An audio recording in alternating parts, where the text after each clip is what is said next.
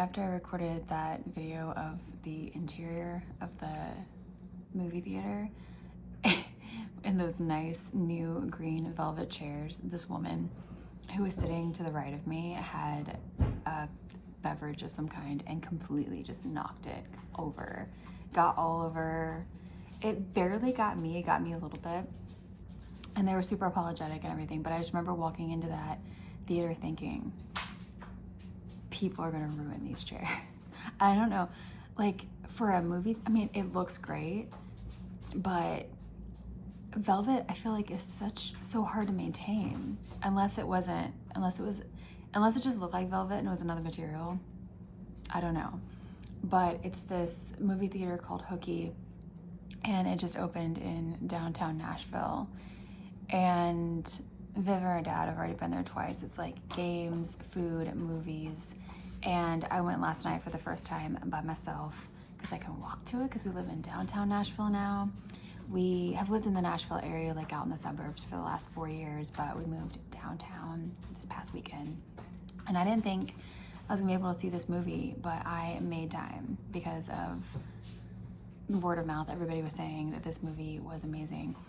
But I love living so close to being walking distance to a movie theater now, because when I lived in Washington, we lived in this really cool brand new complex where it had apartments where we lived, and it had I think it was an AMC, which honestly last night when I was watching the movie, I was so grateful that I was not in an AMC, because I cannot stand the Nicole Kidman, intro to every movie. I need it to be gone. And so I was so grateful that I was not at an AMC. But I'm so happy to be back in a neighborhood where I can walk to a movie theater. It's just so nice not to have to get in a car and drive any amount of distance. Like, you're just there. I don't know, the atmosphere is just amazing, and I'm really glad to be living in downtown again and being able to walk to so many things. I love the energy. I love the views. It's just so good. And I feel like people go play. I feel like people think that if you have a family, you can't live downtown, and I'm obviously not the only family that does live downtown. But if you like have one kid, it's completely doable to live in an apartment. We have a 2-bedroom, a 2-bath apartment, and it's completely doable. I'm not somebody who needs huge space. And so this is like the perfect amount of space. There's actually a lot of family-friendly things to do downtown, and I love it. May 2026 is such a good month for horror. People have been talking about, every single weekend a new movie has come out, and it does feel like there's a resurgence in horror movies, because in the last 20 years, I feel like largely it's been kind of void of good horror, at least in the kind of horror that I like, because in the early to mid 2000s, it was, you saw Hostel. It was very gory horror, which I'm not a fan of, and it had me even questioning if I really was a true horror fan if I didn't like these types of horror, But obviously there's just so many different kinds, and you're not gonna love everything. But over the last 20 years, there's been stuff here and there, but lately, like in the last couple years, I feel like there's been a renewed interest in people actually doing quality movies. This past award season, Sinners and Weapons won awards, and it got me thinking, I know in the past horror, this is not a first for horror to be winning awards, but it's just not very common. Movies like The Omen, Rosemary's Baby, even as recently as Get Out. I don't know if between Get Out and now that there was much horror, because that was almost a decade ago. I don't know if there's been much horror that's won awards since that. I think prior to that, Silence of the Lambs. And I don't know if they've saved the best for last this month, but Backrooms is coming out next weekend, and I feel like that's the most anticipated.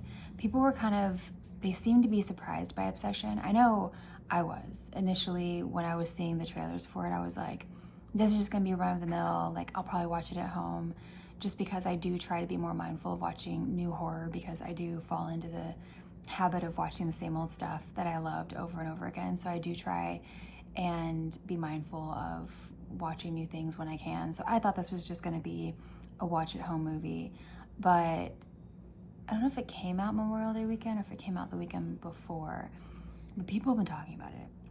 They've been saying how great it is, and I've just been seeing it everywhere, and I'm like, I did find like the briefest of moments to go and see this movie this weekend with this move and everything. I did not intend to, but with the hype and with the fact that I carved out a little time to go, and I, was excited to try out this new movie theater in my new, neighborhood. I lost my train of thought. I'm glad that I went to go see it, but there was another one called Passengers that I'm not hearing good things about. It looked mildly entertaining, and there's another one called Affection. I don't know if it's already come out or if it's coming out, but it's about this mom who loses her memory, and you don't know if she's being held captive or if she's just having to remember her life over and over again. That one looked really cool. I love psychological horror, so I need to look into that, because it wasn't playing at this theater, but I want to see where it might be playing, because I was really interested to see that. But I think that the crown jewel of this month of horror has got to be Backrooms. I'm gonna be busy next weekend again, but maybe I can pop into a theater and see that one, because ever since I heard about it, I was like, I've got to see this movie. And there's been a lot of stuff on social media with interviews for the cast and people's opinion on the movie and everything. And one article I saw a headline about was talking about how, like, people do want new faces. People do want new people creating these movies. And it's absolutely true. I was saying, like, not too long ago to somebody about the fact that you get somebody who's a breakout star in something, and then they're in everything in the next, like, decade or half decade or something. And so, like, for example, Jenna Ortega, I think she's a good actress. Have I ever actually sat down and watched? To be fair, I don't think I've ever actually sat down and watched anything that she was in. When she came out in Wednesday and I saw the previews for it, I did think it looked really good and I wanted to see it. I didn't ever wind up watching it, I think because there was just too much hype around it, or I just put it off and was like, I'll watch it later. I still haven't watched it, so I don't think I've ever watched anything that she was in. I've just seen her in clips of everything, but she appears to be a good actress. But they put her in everything. She's Wednesday, she's in Beetlejuice, she's in the Scream movies. Every time you turn around, she's in something. And I'm not saying that, like, people don't deserve success and they shouldn't keep working, but you don't see new faces a lot, and it's very nice. It is, it really is. And I think especially, I don't know, if you put somebody in that's so recognizable, sometimes it can ruin a movie for me. For example, an actress that I've never been a fan of, and I don't mean I'm not trying to be mean by it or anything, I just never connected with her. Scarlett Johansson, was never a fan. Not trying to say anything mean. Like, I don't have anything mean to say. I just, for whatever reason, I just don't care for her. I think she's supposed to be in Mike Flanagan's remake. Is it a remake? Is it a prequel? I don't know. But he's doing something with The Exorcist. I believe it's a remake. And finding out that she was in it kind of ruined it for me, because I do like Mike Flanagan, and I think that he does really good work. I really liked Midnight Mass, and he brought a show a few years ago of these kids. Was it Midnight Club or something? I don't know. It was very short-lived. Heather Langenkamp was in it. I liked it a lot, and that got canceled. I believe it was a Netflix show. Haunting of Hill House, I have not seen, but I did spoil it for myself because I was curious about what happened in it, and it sounds great. I would still watch it. But with her being in it, kind of ruins it for me. But if they took actors that I liked already, because I do have certain actors that I just love and will watch into anything, especially actors and actresses that I've been watching since I was a kid. Like, Natalie Portman, and I think her name is Amy Jo Johnson. I'm gonna reference them later because there's an actress in this movie that reminds me of both of those, and it kind of made me instantly like her because she reminded me of two of my favorite actresses. But yes, but again, like, not that I don't hope that I think her name is Indy Navarez. I need to look it up. Indy's her first name. Not that I don't think she shouldn't do other things. Of course, you know, people that do good work, you know, should continue working. But we need to have this trend of, especially, like, when, I have so many thoughts. Just bring new faces. We're bored, is basically all I meant to say. There are a lot of genuinely unsettling scenes, and I would describe it as a horror comedy. And learning, I did not know who any of these people were before watching the movie. I did not know anything about the director. Apparently his background's in comedy, but he has a love for horror, and I love that because having comedy and horror can be really effective. And I would describe this as a horror comedy. And you can tell, before I knew anything about this guy, because afterwards, after seeing the movie and having liked it as much as I did, I went and saw a lot of interviews that he and the cast have done. And it does seem that he is somebody who has a genuine appreciation for horror, and that is who we need making these horror movies. And I could sense it when I was watching it. There was a lot of nostalgic quality to it, but with an original idea. I'm somebody who, I've loved horror my whole life. I've been watching horror movies since I was 5, and whenever I watch something new in horror, I look at it from the lens of somebody who is, like, I'm not an expert by any means. I'm not a filmmaker. I'm not anybody who has any technical knowledge, but I just have a deep appreciation for horror because it's what I grew up on, and I know good horror when I see it. And I was very, very happy that this movie lived up to the hype, because a lot of times, not every time, but like, for example, Weapons, I thought it was a good movie, but they hyped it up to be this movie that is so original that, like, you've never seen anything like it. And at its core, it builds an original idea on a tried and true theme, topic, and there's nothing wrong with that. So I think that if they hadn't marketed it that way, I would have been more impressed and liked it more than I already did, but I did not dislike that movie. I thought it was a good movie. So right away, the 3 movies from the 80s and 90s that this movie reminded me of: Brain Damage, which is very obscure, although if you're in the horror community, you might have seen it, especially these days with streaming and everything. Back in the day, when I was growing up, everything was on VHS, and my dad was into horror. He's the one that got me into horror and sci-fi. And I remember having this VHS called Brain Damage, and it, like, the artwork immediately draws you in.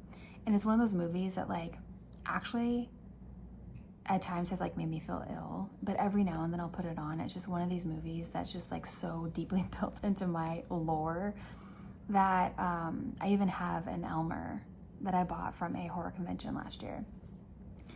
And so anyway, he's of a different generation, although if he's a horror, I don't know if he's seen this movie. Like, he's so much younger that the odds are that he hasn't, but if he's into horror, especially with streaming, and how easy things are to get a hold of than they were back then, maybe he's seen it. So I don't know if it's intentional or not, but I got heavy comparisons to Brain Damage. Like, the lead guy, Bear, he reminds me so much of, I think the lead guy in Brain Damage is Brian. Just reminded me of him so much. And also the film score. It sounds very nostalgic, and it sounds a lot like the film score from Brain Damage. I actually love the film score so much from Brain Damage. I wish that they had it on Apple Music, but they do have a playlist of it on YouTube that I listen to every now and then, and I really like that film score. So it reminded me of that. Second movie, Teen Witch, but with horror, because my throat's dry. Okay, we are moisturized. So with Teen Witch, yeah, very, very similar themes. Because again, the whole like wishes going wrong and things like that is a very, very old theme that's been done a lot in many different stories. But this story is original. It's its own thing. It's not a remake. It's not a ripoff or anything. But at its core, this movie uses a lot of themes that we've seen before, but just does it in its own original way, which I'm a nostalgia junkie. I love that. I love when people can take really good ideas from the past and create completely new ideas from them. That is why this movie is so good. And then the third movie that this reminds me of is another kind of obscure 90s movie. I think it's just from all the like kind of gross out like horror part of it is My Boyfriend's Back. That one, for a little bit I was like, was that a fever dream? Because I feel like it was so briefly out there, but I do have very distinct memories of watching it, and it's so campy too. It's such a good watch. So those are the three movies that this movie reminded me of and made me instantly like it. Last thing before I get into the spoilers, Indy Navarrete, I think I had her name right, is the lead actress in this. She's the one doing all the work, the heavy lifting, and is making this movie as successful as it is. She reminds me so much of like a cross between Natalie Portman and Amy Jo Johnson, who was the Pink Power Ranger growing up. Which Amy Jo Johnson, if you grew up in the 90s, she was everywhere. I mean, everywhere. She was in this Disney movie called Susie Q, and she was in Felicity. I don't know, she was all over the place. You can still find her on social media. But Indy's acting is so good in this, and she's definitely gonna be a star. So I just have some spoiler thoughts. I'll get into those if you haven't seen it, so they're about to start. The bear character for me, I thought his name was Barry, but apparently his name is Bear. That's what I'm seeing everywhere. He is so unlikable.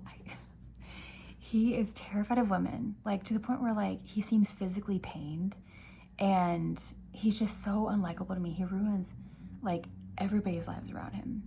And I'm glad to see that people are seeing him for the villain that he is.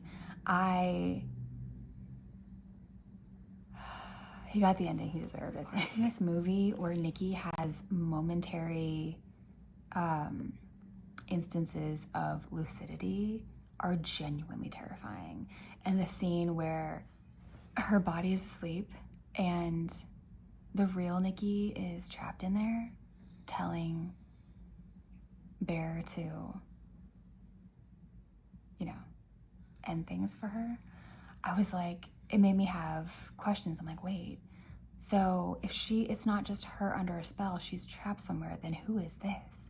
Because as the movie goes on, Nikki, or whoever is Nikki while Nikki is trapped, is like, seems like she's wanting to like exist instead of Nikki inside of her body.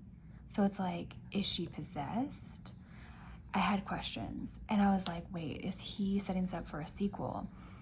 And my question got answered after I saw the movie, because I saw him say that he wanted to turn this into an anthology series, which would actually be really smart, because the premise can be spawned into so many different stories. The one scene where Nikki is standing by the door when Bear leaves, and she just like lives for him and doesn't go and do anything during the day when he's at work, and she just stands there until he gets back.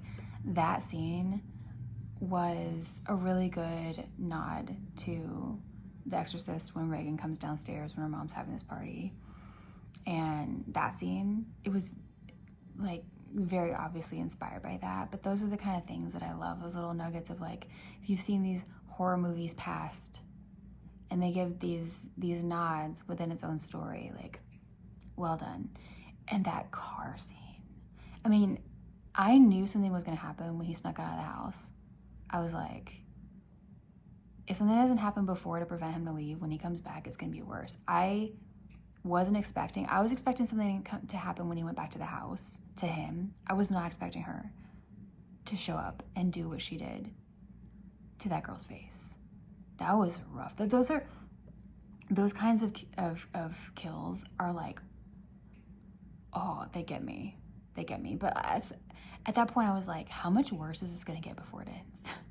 Because when he goes and tries to find out how he can reverse the wish, they're like, you can only reverse it if you're dead. So I'm like, when is he gonna end this? How much worse is this gonna get? So as I was watching it, my prediction was that he was going to kill himself, and then,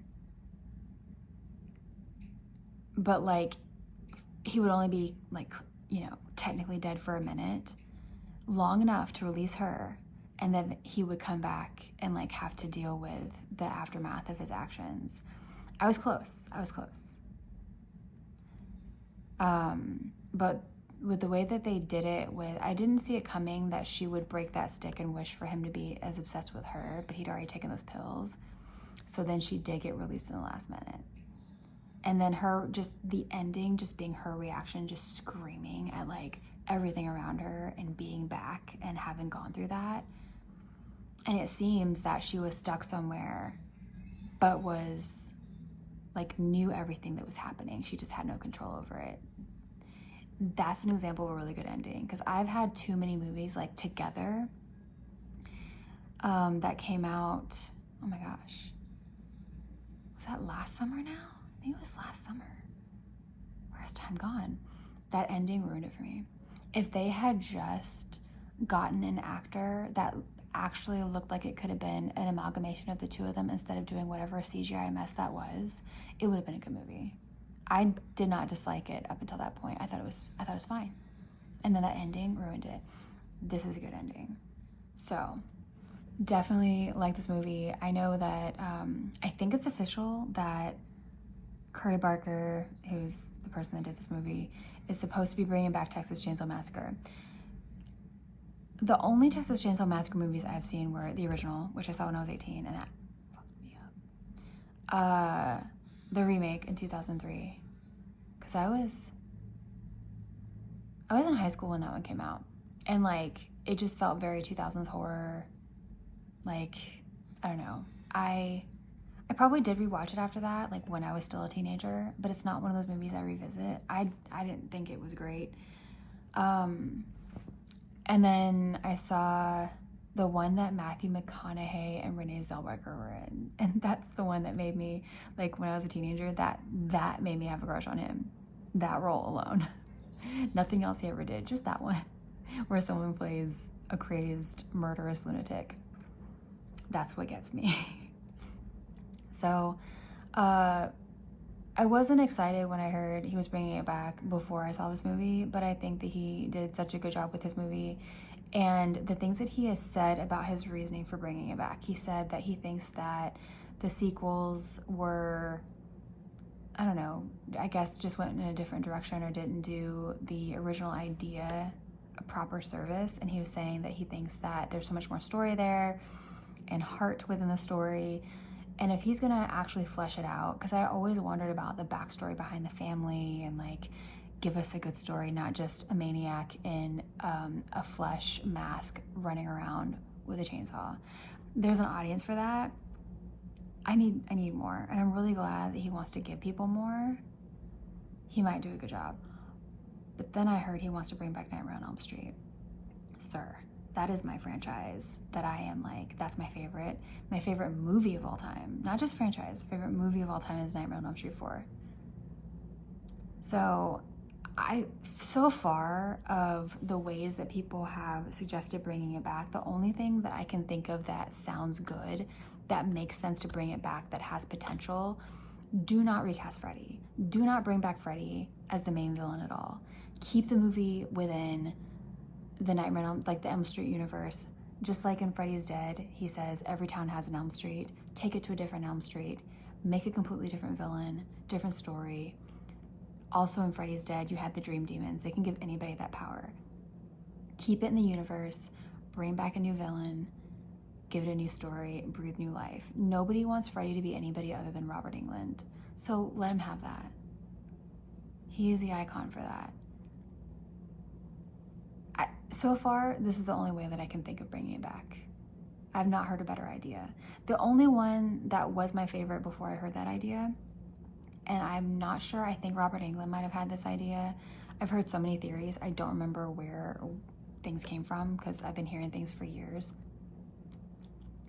Is he said, don't make Freddy a person, like make it a shape-shifting kind of thing. So like make him different for everybody's nightmare. You know, he doesn't have to look the same. And then that way you don't have to be so tied to one actor playing it. You know, people fall in love with someone's performance and they're like, it has to be this person, it cannot be anybody else. Well, if you do it that way, it doesn't have to be. So honestly, I'd be happy with either idea. Just don't ruin it.